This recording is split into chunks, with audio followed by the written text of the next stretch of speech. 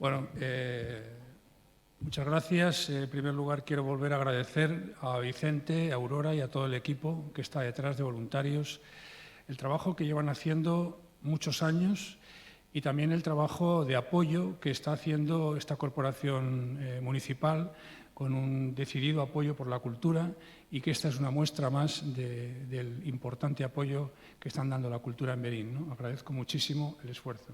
Simplemente, Fernando, no merecería presentación, pero es una mala educación no hacerlo y por la favor, perdona que te interrumpa, simplemente sabéis que es un colaborador de la casa, es uno de los colaboradores habituales de la Biblioteca de Verín y además es uno de los forenses de cabecera en España para todos aquellos crímenes en donde es necesario analizar restos que lleven mucho tiempo en descomposición. A nivel internacional, y además yo lo conocí con una anécdota muy rápida, es que le pedí un informe que tiene, un estudio que tiene, él hizo una autopsia de uno de los cráneos que se conservan en la catedral y me pasó uno de los informes forenses que inspiraron mi libro La leyenda del salto oculto, porque realmente hay una posibilidad de que haya un decapitado palestino bajo los cimientos de la catedral y entonces... Esa ya es otra hipótesis. Es otra hipótesis, pero por eso, entonces es uno de los forenses de cabecera para los jueces cuando tenemos un caso muy complicado, intervino también en el caso de Inaker, ya que antes lo mencionaron, y casos complejos que no tienen necesidad, pues que cuando hace una necesidad especial se le llama a él. Es un gano de la casa y él nos va a presentar a la siguiente. Bueno, gracias, Toño, muchas gracias. Bueno, ya sabéis que he colaborado siempre en estas jornadas y siempre he colaborado con la biblioteca y seguiré colaborando, pero este año Vicente me dio una alegría porque me dijo, oye, Fernando, ¿y no podíamos buscar otro forense? Y él pensaba que me iba a molestar y le dije, pues sí, sí que podemos buscar, encantado de buscar otro forense. Bueno.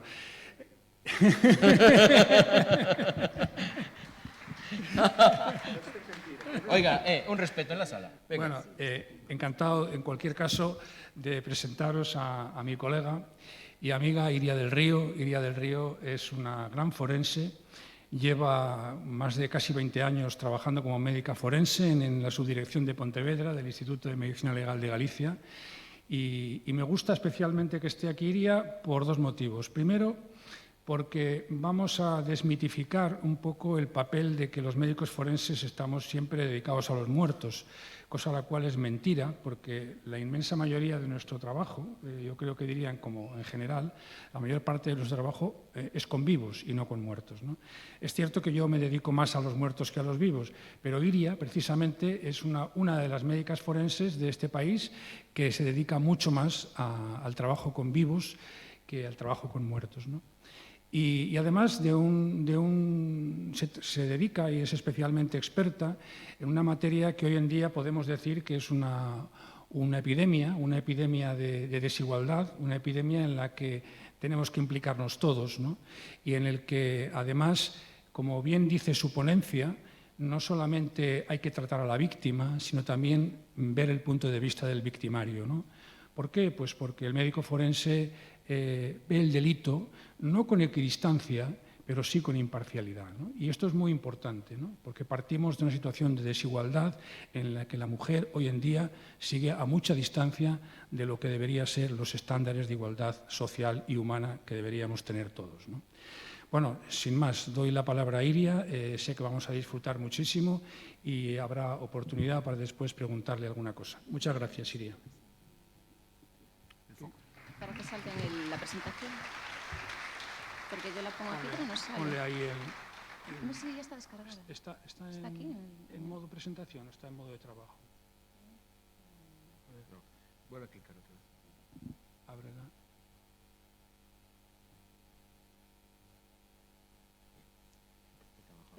Ponla en modo de presentación abajo. Sí, pero no se conecta. No se conecta. No está conectado. Tenemos un problema, Houston. La A ver. descargué ahí, ¿eh? No, sí. Por eso vino...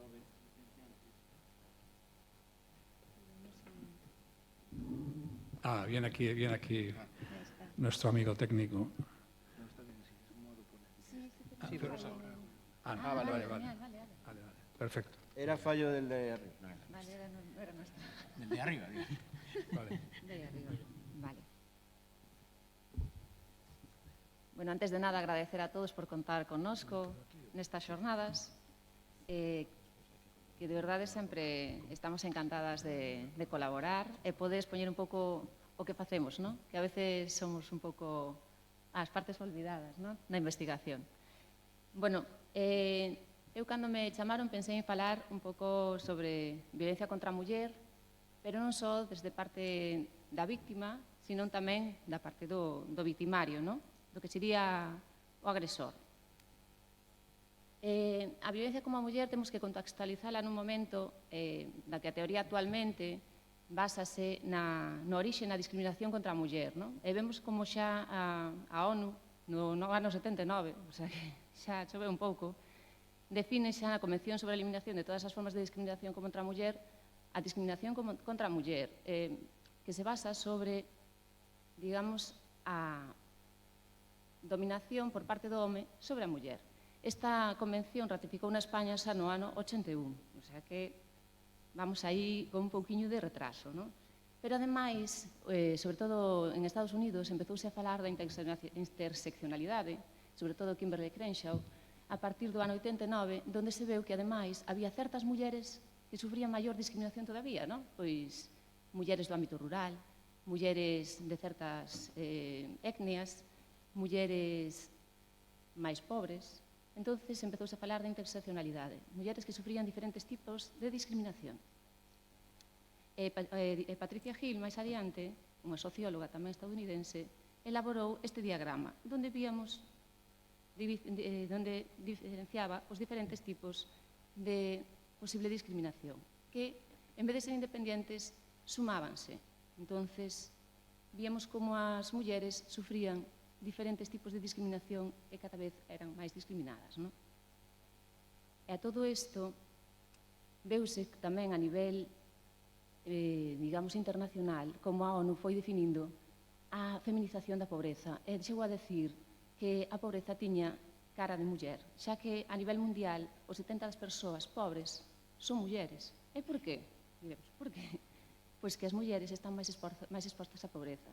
Traballo normalmente no ámbito doméstico, onde non está remunerado, non ten cotización, non teñen posibilidades de vivir independientes.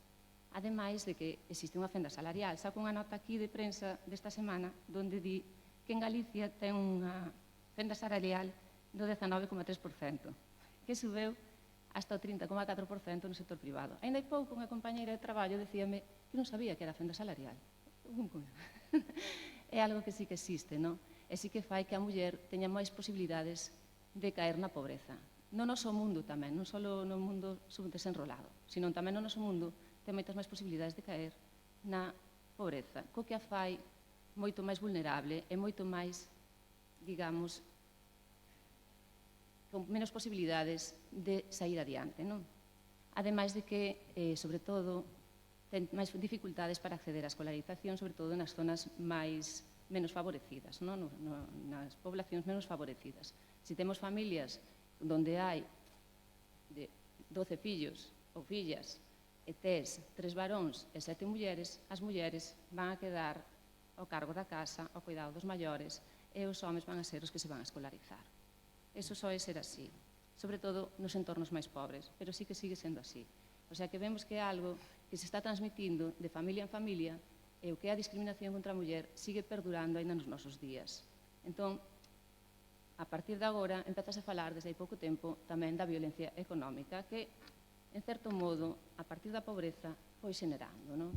Pero, a partir de agora, sobre todo, que as novas modificacións que se están facendo, e se, sobre todo, chega adiante, a nova lei, coñecida como lei do sí e sí, recoñecerase a violencia económica, como falaremos un poquinho máis adiante. Despois, no 93, xa Nacións Unidas define xa violencia contra a muller, non só a discriminación, sino xa a violencia, non? Como todo acto de violencia basado no xénero. O sea, simplemente a violencia contra a muller só polo feito de ser muller. Simplemente por eso. E quedou, digamos, a nivel internacional. España estaba de acordo con esa. De feito, uns anos despois, no convenio conocido como Convenio de Estambul, que sale tanto a prensa agora nos últimos días, non? E nos últimos meses falase moito do Convenio de Estambul, pois é eso, digamos que o artigo principal do Convenio de Estambul foi a definición da violencia contra a muller, de ser violencia simplemente polo feito de ser muller. E na base do sistema, digamos, do sistema social estatal, coñecido como o patriarcado, non? Que quere dicir que o home domina ou actúa con dominación sobre a muller.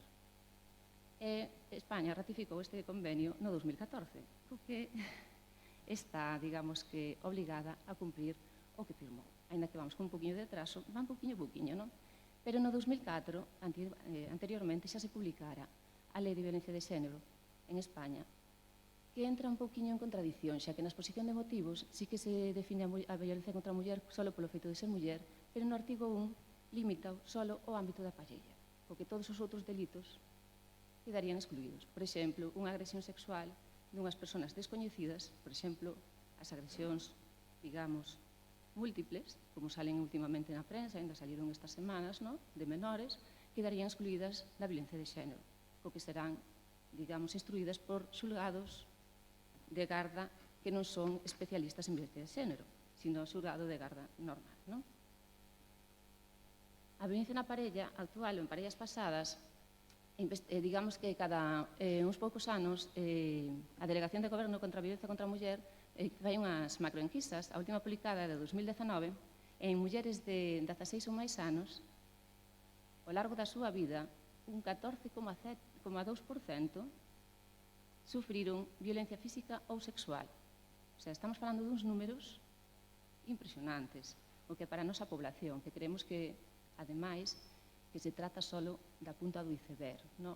O sea, crese que todavía hai moitas mulleres que non recoñecen que son víctimas, sobre todo do que é da violencia psicolóxica. E aquí vemos como ao largo da súa vida sufrirían un 31,9% das mulleres maiores de 16 anos. É unha barbaridade. En os últimos 12 meses, o porcentaxe un poquinho menor, pero sigue sendo un porcentaxe altísimo. Vemos que este problema de violencia contra a muller sí que se van tomando medidas, sobre todo para visibilizalo, porque hasta hai pouco tempo no ámbito da parella considerábase como que o que pasa na casa queda na casa, non se pode contar fora. É unha cousa que non sabes coitar de teu marido. A ver, que pasa? Pois é unha cousa que debía quedar na casa. Hasta agora estáse facendo un pouco máis visual, estáse visibilizando. Entón, a xente está sendo máis consciente de que non ten que aguantar eses insultos, esas vexacións, esas discriminacións na súa propia casa, non? Entón, estáse visibilizando un pouco, non?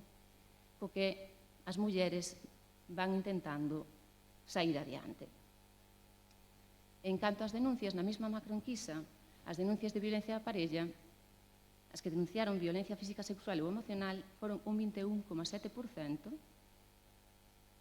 o sea, bastante importante o porcentaxe das mulleres maiores de 16 anos. E violencia física e ou sexual, un 32%. O sea, que vemos que os porcentaxes son altísimos, porque iso de denuncias. Tamén temos que ter en conta que moitas mulleres víctimas, incluso de violencia sexual, deciden non acudir ao xulgado nin á policía. Por qué? Porque consideran que as primeras en ser xulgadas van a ser elas. Que ocorre cando sale unha vítima na prensa? Que pasou cando saleu a vítima da manada de Pamplona dos Sanfermíns? Que pasou? A quen xulgaron en primeira vez? Cando estaban, digamos, na instrucción do procedimento. A propia vítima. Entón, hai vítimas que non queren pasar por eso. Eu entendo perfectamente. O sea, ter que salir no periódico todos os días, que xente do panorama judicial, do panorama político, diga que por que non te resistes? Estaba lo buscando. Entón, eso é moi difícil, non? Por eso sigue habendo moitas mulleres que prefiren non pasar por eso. E as consecuencias que recolle esta macroenquisa da violencia na parella, pois vemos que case un 50% das mulleres que sufriron violencia física ou sexual presentaban lesións tamén. E un 70% das mulleres teñen consecuencias psicolóxicas de diferentes tipos, como veremos despois, pero é un 70% das mulleres. Eso é unha barbaridade. Porque vemos que ese dano non é só a lesión que se provoca nese momento, sino que perdura ao longo da súa vida. Porque estamos falando de que deu unha secuela, non estamos falando da lesión en sí, non? Sino que eso perdurou ao longo da súa vida, non?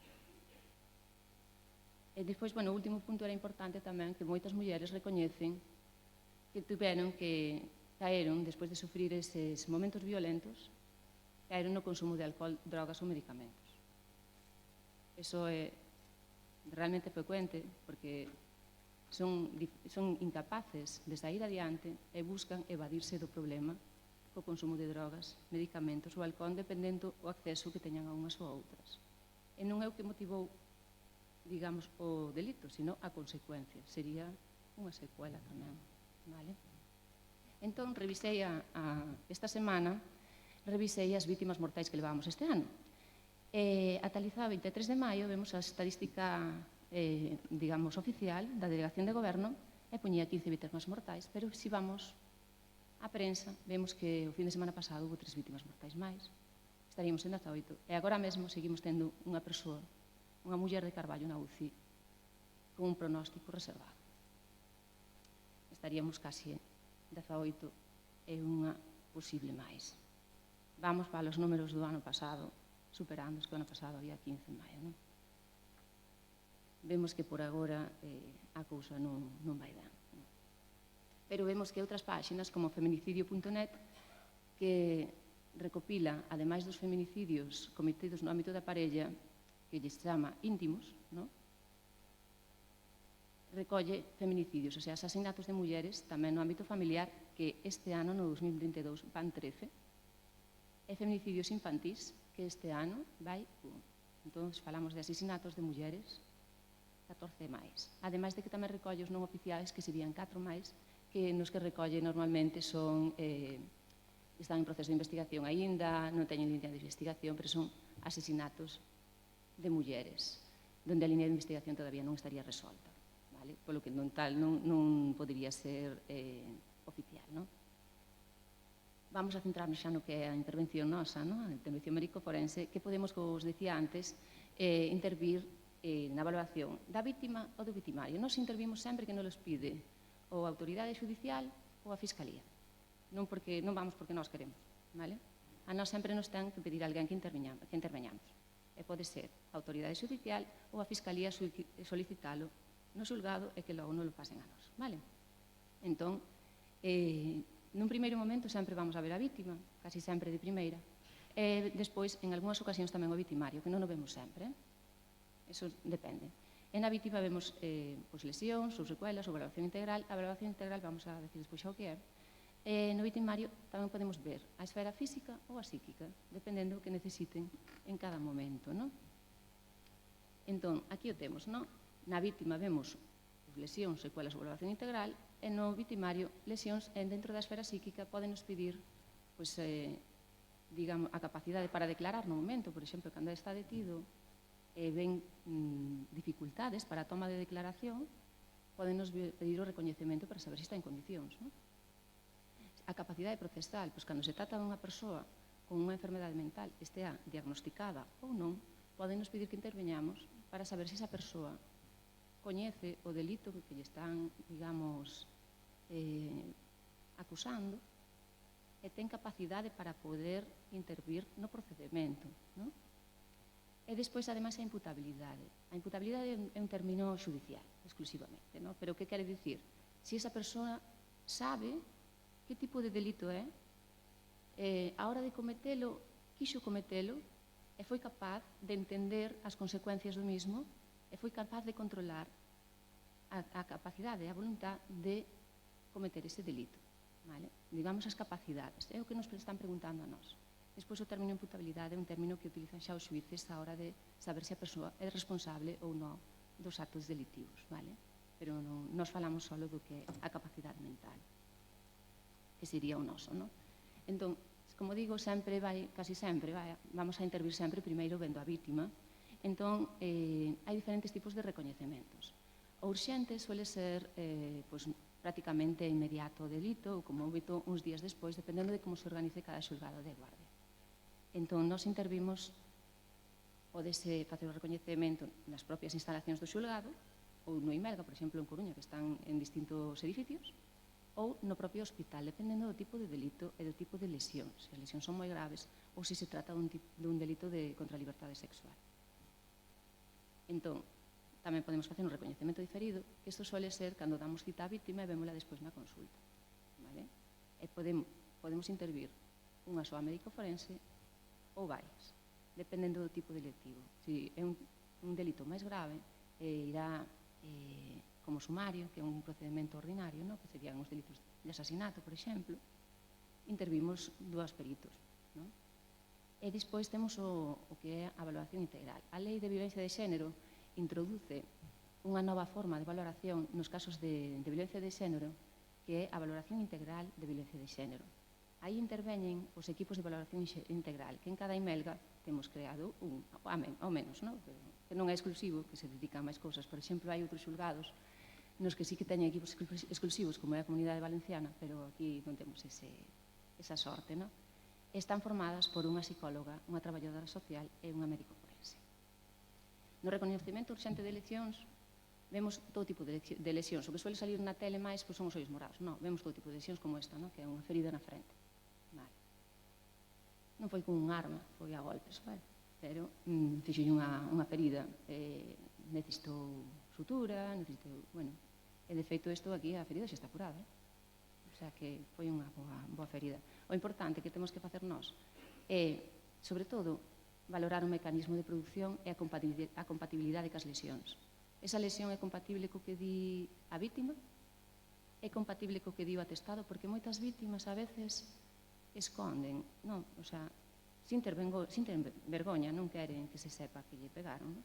Entón dinse, non, é que tropecei e caí na porta. Eso non hai moito, tiven unha víctima na consulta, xoven, 25 anos, convivía ca súa parella, e non era a primeira vez, había xa varios avisos á Guardia Civil, pero desta vez tivo que ir ao hospital porque parteu o labio. Non é da foto, parteu o labio. Ela dixo que tropezara ca porta do edificio. É difícil, porque o golpe só o tiña aquí. No nariz non había nada, nos pómulos non había nada. Un golpe exclusivo aquí cunha porta, que é moi grande, é bastante complicado, non era compatible, non? Entón, aí estamos nós, non? Pois decir que é máis compatible con unha cousa co que di ela ou co que di o atestado, que había unha investigación detrás, que había testigos que dicían que sí que lle estaba foscando, porque era na porta do edificio, verdad? A ubicación era certa, era na porta do edificio, a ubicación era certa. Si, ao final ela puxeron unha orde de afastamento e protexerona, non? De alguna forma, ainda que ela realmente negaba a agresión. Era unha rapaza xoven, e non era a primeira vez. Solo que a violencia, como suele ser habitual, fora aumentando. Empezou só con un insulto, con un grito, e pouco a pouco foi aumentando a gravedade das lesións, hasta que lle parteu o labio, e porque había xente. Entón, aí acabouse. Ela foi para urxencias, el marchou hasta que o tuveron, non? Pero frenou por eso, non sabemos se fora noutra ubicación que pasaría, non? E ver se eso, o noso traballo tamén consiste en saber que tipo de tratamento necesitou. Por exemplo, nestas feridas da foto, necesitou unha intervención cirúrxica, hubo que cosela, non? Pois eso tamén cambia o tipo delictivo. É máis grave, necesita cosela. Hai un médico que ten que dar un tratamento, non? Pois entonces de eso se trata. O tempo que tardan en curar e se existen secuelas, tanto sean físicas ou psicolóxicas. Non? A ver, ou existen. Este de outra vítima que tamén non era a primeira vez que habíamos co mesmo tipo de lesión, son mordeduras por todo o corpo. Era a segunda vez que habíamos na consulta. A primeira vez retirou a denuncia e archivou o asunto. Esta era a segunda vez que habíamos. A outra vez tocou outra compañeira. Esta tocoume a mí. Ela non quería que dixera nada mal ao seu home. A ver, o seu home era o pai de seus fillos. Non quería que dixera nada. Pero a verdade é que cada vez estaba sendo máis grave. Esta vez non se archivou, ainda que ela non quería seguir adiante, a Fiscalía continuou, non? Pero, como vos dicía antes, non debemos olvidar o dano psíquico. Estas persoas vémolas pola guardia de forma urxente, na consulta urxente. Pero moitas delas xa podemos apreciar que existe algo a nivel psicolóxico, que existe un dano psíquico. Entón, eso debémoslo facer constar no informe, porque falamos de que moitas veces veñen por unhas lesións, pero están vivindo un maltrato continuado no tempo. Entón, se nós podemos acceder a IANUS, que é a historia clínica, con o permiso dos nosos xueces e magistrado, accedemos e vemos a evolución. Podemos ver se houve asistencias anteriores por lesións parecidas. Por exemplo, a señora das mordeduras. Esa señora tuvo que ir ao médico en algunha vez. Tiña que ter algún moratón en algún lado. E a mellor dixo que lle mordeu o can. Que pode ser. Entón, pero xa temos un vínculo, non? Temos un nexo. Entón, podemos ver se hai máis asistencias, se a viron entristecerse últimamente, como vai un pouco, se necesitou pois, algún ansiolítico en algunha ocasión, un antidepresivo, vemos un pouco a evolución. Entón, podemos valorar se existe, non? E se hai lesións en proceso de curación, tamén o temos que poder poñer, temos que poner un tempo estimado, non? E xa nese momento podemos valorar a posibilidade de derivar o equipo de valoración integral. Entón, nese momento xa lle poñemos no informe. Así o xuiz pode valorar no momento, se pode resolver nese momento como de licencias urgentes ou se o ten que pasar a previas. E esperar. Eso é importantísimo, e iso temos que facer nós, porque aí non vai intervir ninguén máis. Se nós facemos un informe só de lesións, xúlgase e acabase. Ou chega a un acordo e acabouse. E a víctima sigue sufrindo, non? Porque ten ese dano que nós non reflexamos. Noutras comunidades, aquí non estamos facendo ainda, están facendo xa a valoración do risco, a evaluación forense, igual que a policial, pero faise a evaluación forense. Non en vez de, sino como complementarias. As dúas aportan información e usan unhas escalas similares, non? Aquí non facemos, pero, por exemplo, eu estuve unha semana pasada nunha charla de Carmen Bellido, que é médico forense, foi aquí en Lugo, estuvo aquí en Lugo como primeiro destino, era está en Valencia, e ali sí que están facendo, teñen un equipo de evaluación do risco, o sea, están facendo de forma habitual. Que pasa? Que só na cidade de Valencia hai 4 xulgados de violencia contra a muller, e un quinto en creación, e aquí en toda Galicia temos 2, un en Vigo e outro en Coruña, entonces, bueno, digamos que o volumen de traballo é distinto, e ali teñen moito máis persoal. Entonces, por eso, sí que ellos están pidiendo, está pedindo a Fiscalía, está pidindo aos xuíces, bueno, aquí por agora, ainda non. Cando teñamos que facer, tamén o faremos, non? E será un arma máis que consten os xulgados para poder valorar e poder tomar decisión, sobre todo, a hora de establecer ordes de protección. Bueno, pois entón vou voando, Vale, o recoñecemento programado da vítima é exactamente o mismo que o inicial, só que temos máis información e podemos centrar moito máis nas lesións psíquicas. Por que esta señora dos mordeduras non pideu axuda? Hai un trastorno que chaman o síndrome de indefensión aprendida, que se describeu xa hai uns anos, que é cando unha vítima, cada vez que intenta salir, recibe unha paliza, unha malleira, chega a aprender que non pode salir. O sea, chega un momento que ela cree que non pode, perde toda a capacidade. Entón, por eso quedan nese círculo, non han salido. E despois, a maioría dos trastornos depresivos que sufren suelen estar relacionados co estrés postraumático. Agora mesmo estáse describindo o trastorno de estrés postraumático complexo que non entrou na DSM-5, pero crese que para a seguinte revisión de clasificación psiquiátrica sí que entrará como, digamos, o que encuadra a secuela máis frecuente nas vítimas de violencia de xénero. Isto é a valoración integral que xa vos dixen antes, e vamos un pouquiño, vamos a seguir para diante, porque senón non me dá tempo. Isto era violencia sexual, pero, bueno, xa vamos ao victimario rapidamente, non? Vemos que temos vítimas mortais tamén, no que faríamos as autopsias. En primeiro lugar, o levantamento de cadáver, en segundo, a autopsia, que sería, pois, eso. Esta é unha vítima de violencia de xénero con un arma, con unha escopeta de perdigóns. Eses puntiños blancos que se ven todos por aí arriba son perdigóns. Son perdigóns. Foi un disparo pola espalda. A entrada está aquí na espalda, no medio da paletilla, e saiu polo lateral, era unha persona que tiña uns peitos moi grandes, e saiu polo lateral dun dos peitos e destrozou o brazo. Esqueletizamos o tórax que fixo Fernando, fixemos a esqueletización toda do tórax e dos osos do brazo. Este non se chegou al xulgar porque el suicidouse despois, aforcouse no garaxe. E o victimario podemos facer valoración de lesións, que sería exactamente igual a das víctimas, só que eles dano psíquico non teñen, evidentemente, e algúns teñen lesións porque algunha víctima sí que, co peligro de morrer, sí que se defende, evidentemente. E a veces as peleas son bilaterales, pero digamos que a finalidade delas non é a mesma. Normalmente a víctima o que quere é defenderse ou salir da violencia e é o que quere dominar, é someter. Digamos que a finalidade das lesións non é a mesma. Esa é a diferencia. Entonces, o que falamos do recoñecemento dos victimarios é a nivel psiquiátrico, normalmente. Entón, necesitamos moitas fontes de información, que a veces, cando vemos pola garda, non temos moitas, porque a pouco máis non hai inspección escolares, eso faise despois. Por exemplo, nos asasinatos non hai atestado, cando os vemos. O día do asasinato non hai nada. Entón, que nos queda? O que diga el e o que diga o pouco que se poida facer ese día. Pero non hai nada, non? Por sorte, nos temos acceso á historia clínica, podemos ver se teñen antecedentes, pero hai algúns que non teñen nada. Entón, vamos a seguir para diante, que ver como se fai o informe, pero que podemos facer? no caso dunha descompensación psiquiátrica, que vemos que o señor que nos está dicindo que a través da televisión veu que viñan de Marte, vale, entón vemos o que el viaxou ao Sol e volveu hoxe, non? Ese tipo de cousas podemos valorar un ingreso nun centro especializado, que sería na unidade de psiquiatría, e pospoñer a data hasta despois, non? E despois temos outra posibilidade de que estamos falando de que diga que consumeu moito alcohol ou que moitas drogas, entonces podemos valorar o grado de intoxicación nese momento, e se vemos que está intoxicado, que é posible que este intoxicado, pois trasladado a un servicio de urxencias hasta que sea posible o recoñecemento, non? E despois, no recoñecementos diferidos, xa cando estemos atestado, cando temos máis información, podemos falar e informar sobre a imputabilidade que vos explicaba antes, a capacidade procesal e incluso a capacidade para asistencia a xuízo, porque como a veces pasa bastantes anos entre que se comete o delito e se chega a xuízo, como nos contaba o compañeiro anteriormente, pois digamos que ese estado mental pode cambiar.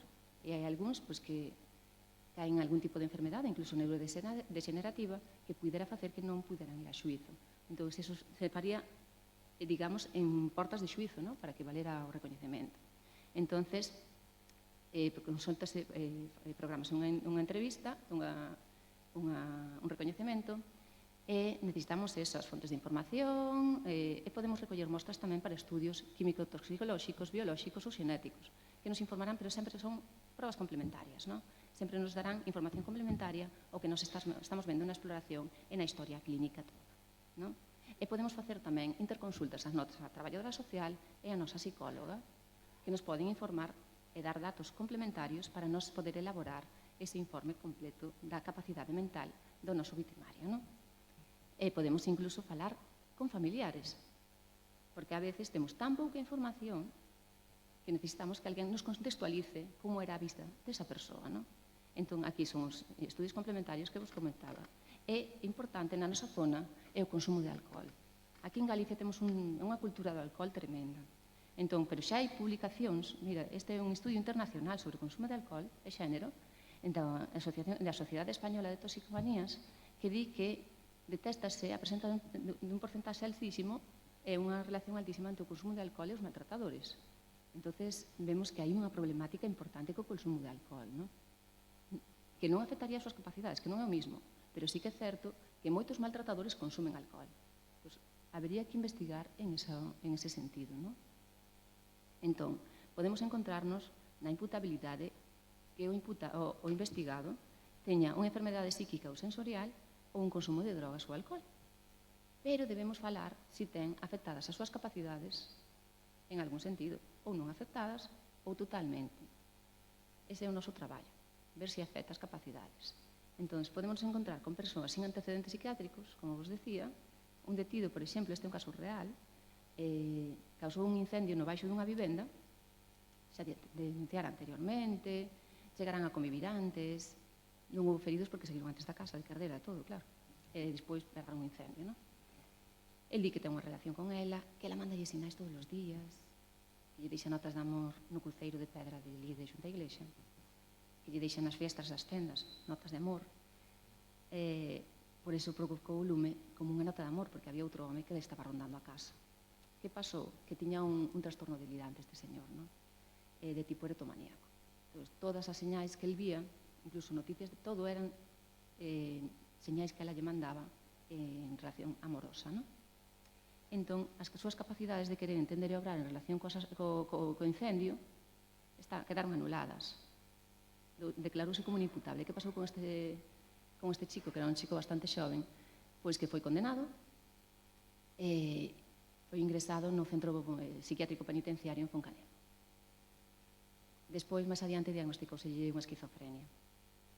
O consumo de alcohol. Este é un caso real tamén, detívoselle por asasinar a súa parella, constaban pelexas anteriores, subidas de tono e tal, pero non tiñan orde de protección ni nada. A el detívose no momento. E decía que bebía moito, que cando bebía non se controlaba, que ela empezou a pelexa, pero certo é que nese momento, e tras o estudo de toda a súa historia, el bebía miúdo e non iba todos os días matando a nadie. A ver, e declarouse como que as súas capacidades estaban conservadas. Ainda que el decía, e sí que bebera, pero considerouse que ese consumo non influeu á hora de asasinar a súa parella. O suficiente como a anular as súas capacidades. E condenouse. E non se lle aplicou atenuante nin de intoxicación, nin de drogodependencia. Eso presentaba un consumo abusivo, pero non afectaba as súas capacidades. Este era un caso real tamén, detívoselle por asesinar a unha muller, decía que consumira moita cocaína, moito alcohol en grandes cantidades, toda esa noite, eso foi pola mañá. Decía que levaba bebendo desde o día anterior, e consumindo e tal. Nos vímoslo na consulta, non era un drogodependiente, non lle afectaba a súa vida, constatouse que sí que bebera e consumira algún tipo de droga, pero como calquer outro día da súa vida, e non iba matando a xente todos os días. Entón, consideramos que realmente non afectaba as súas capacidades tampouco. E condenóuselle este rapaz, que era un rapaz xoven, que era 20 anos, por asasinato tamén. Sí. Era un consumidor habitual de cocaína e alcohol, pero este consumo non influiu nas súas capacidades. Ese foi o resultado da pericial. Vale? Que ocurre con estas persoas? O que vos decía, poden ingresar nun centro penitenciario, hai módulos específicos, na Lama en concreto, que é o centro co que traballamos nós, que é o de Pontevedra, existe un módulo terapéutico onde teñen un módulo de deshabituación do consumo de drogas, entón, voluntariamente, poden ingresar nese módulo, que pasa até unhas normas moi estritas, e se non as cumples, botas. E teñen o programa PAIEN, que dentro de outro módulo, un programa específico para enfermos con trastornos mentais, que poden ingresar nel tamén voluntariamente. Entón, eso xa depende de cada condenado, vaya, porque sería mentras están en condena, non? En liberdade poden ir a unidades de drogodependentes ou de saúde mental. Cando chegan a condenas ou a, digamos, conformidades, poden chegar, digamos, ao acordo de ese tipo de tratamentos unha vez que terminen a pena de privación de liberdade ou que chegan a unha suspensión de condena, non? E que ocorre se son inimputables? Se as súas capacidades estaban anuladas? O que decíamos antes, temos os psiquiátricos penitenciarios ou centros psiquiátricos, dependendo. Isto sacara, porque, bueno, pero non temos tempo, pero este era un escritor que no 91 desapareceu a súa muller, no 92 quixo publicar unha novela no que dun asasinato dunha muller escondera o corpo no xardín e dixeronlle que non, a editorial dixolle que non. Despois vendeu a súa casa e a nova familia que comprou esa casa o facer obras no xardín atopou uns restos óseos que eran da muller deste escritor. Uns anos despois foi condenado por homicidio involuntario, pero bueno, a 7 anos de cárcere, no 2000, 2 anos de sí, por homicidio involuntario, publicou como asesinada, sí, cousas así. En 2003 puxeron en liberdade por boa conducta, o sea, estuvo 2 anos na cárcere despois de asesinar a súa muller e intentar publicar a novela. Curioso. Para a intervención con agresores, ahora hai bastante polémica desde os anos 70, si funcionan ou non funcionan. Existe. E hai 2 programas, sobre todo, os máis usados, aquí en España, que en prisión sería o PRIA, e en liberdade o PRIAMA. En liberdade, pois xa desde o ano 2004, ca lei de violencia de xénero, cada vez que se suspenda a condena a un condenado por violencia contra a muller, como pena accesoria, débese poñer como obligatorio que teñen que acudir ao programa de intervención con agresores e cumplilo, vale? Soen durar, dependendo, entre ano e medio, 2 anos e medio. Depende un pouco das características dos grupos, non? Suélese usar o programa PRIAMA, non? Este sería o PRIA, este o PRIAMA. Teñen, digamos, unha fase de evaluación inicial, unha intervención e un seguimento, que é o normal. Nos criterios de exclusión, o problema que teñen é que excluen os drogodependentes. Entón, todos eses consumidores de alcohol que vimos antes, que non estén a tratamento, non teñan controlado o seu alcoholismo, non poden ir. Entón, temos un gran porcentaxe que son excluídos destes tratamentos. É importante. Os que teñen trastornos mentais tampouco. Os que teñen limitacións intelectuais tampouco. Entón, e os de comprensión de idioma tampouco. Non teríamos, porque a maioría comprenderían o idioma, non terían. Entón, o que vos dicía, hai bastante, digamos, controversia se son eficaces ou non, pero desde o meu punto de vista, con que un único agresor chegue a terminar ese programa e a cambiar o seu chip e decidir de pensar que posee a súa muller, que a pode dominar, que lle pega para dominarla, cambiar esa mentalidade é dicir, non, vou tratar a muller xa non en igualdade, en equidade, en igualdade de oportunidades, como iguais. Temos un agresor que podría ter múltiples víctimas ao longo de toda a súa vida. Con un único agresor que se recupere, temos unha victoria ganada. E que serían moitas víctimas menos. Porque ao mellor con esa muller non volve a ter nada, porque sabe que o van a volver a condenar. Pero vai ter outras parellas. E se estamos falando de que agora a violencia de xénero empeza na adolescencia, temos, digamos, agresores potenciales desde os 15 anos. Tanta vida amorosa e sexual lles queda a estas persoas, non? Entón sería, ainda que a eficacia por agora sigue sendo un pouquiño controvertida, non? Aquí este estudio, nesta evaluación do Ministerio do Interior, fala que solo a tasa de reincidencia era un 4,6%, pero xa vimos que eran, digamos, todos os componentes destes programas, digamos, de fácil acceso, sin patología mental, sin patología de drogodependencias, o sea que de maior facilidade, non? En Galicia o que temos, o programa que temos en funcionamento ahora mesmo en Liberdade, é o programa Abramos o Círculo, ten sede en todas as, como vemos aquí, ten sede en todas as provincias, pero eso sempre serían os que están condenados con suspensión de pena. A veces tamén teñen un porcentaxe de plazas, moi poucas, para aqueles voluntarios que empezan a ter problemas e son conscientes de que teñen problemas de violencia na casa e non teñen denuncia e poden acudir. Pero digamos que os medios son bastante limitados. Estas plazas suelen ser inferiores ao 20%. Pois, bueno, estamos aí un pouco con limitación. Moitísimas gracias a todos.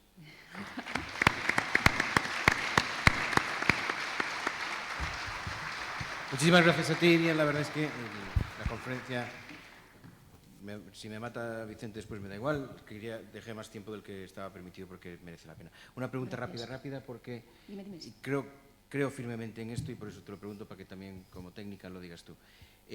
Los condenados por violencia de género son reincidentes potenciales en un alto porcentaje potencial.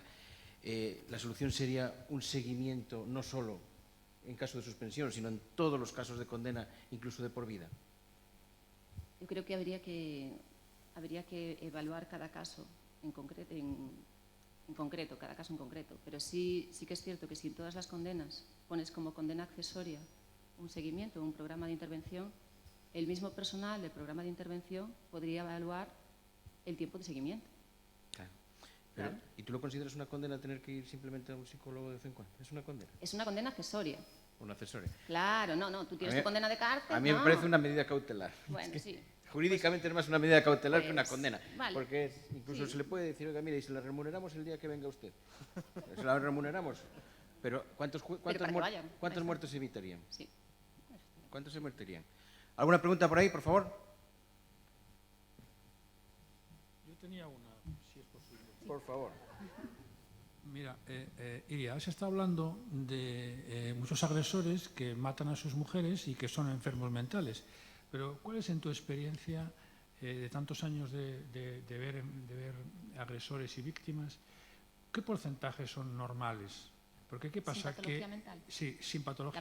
La mayoría, ¿no? Porque claro, a veces cuando estaba escuchando tu presentación me daba la sensación de que como que había mucho enfermo mental, pero... No. Lo que quise exponer es que muchos suelen usar, digamos, la excusa del consumo de alcohol y el consumo de drogas, que en nuestra zona es muy habitual. A ver, podía haber traído estadísticas de eso, pero en nuestra zona el consumo de alcohol y drogas es muy habitual. El consumo de cocaína es muy habitual, el porcentaje es altísimo, incluso en personas no solo de 20 años, sino de 50 y de 60. El consumo de cocaína es muy habitual, el de heroína menor, pero también es bastante frecuente. Y aunque son consumidores, esos consumos no afectaron a la hora de decidir querer pegar a su mujer o querer matarla. Eso se trata, o sea, que no son enfermos mentales, ¿vale? Como enfermo mental tuvimos el primero, que sí que existe, es cierto, hay alguno, pero fue ese. Digamos que es algo... La maldad no es una enfermedad. Es cierto. La maldad no es una enfermedad. ¿Alguna pregunta del público, señores? ¿No? Pues nuevamente un aplauso, porque no solo por la conferencia, sino por tu trabajo. Muchísimas gracias. Gracias.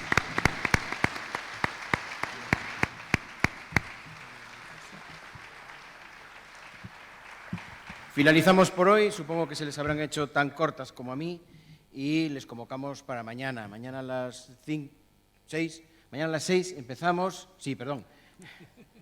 Es que no veía tantos dedos, como soy alcohólico. Mañana tendremos la fase literaria. Ya viste qué altos han dejado el listón.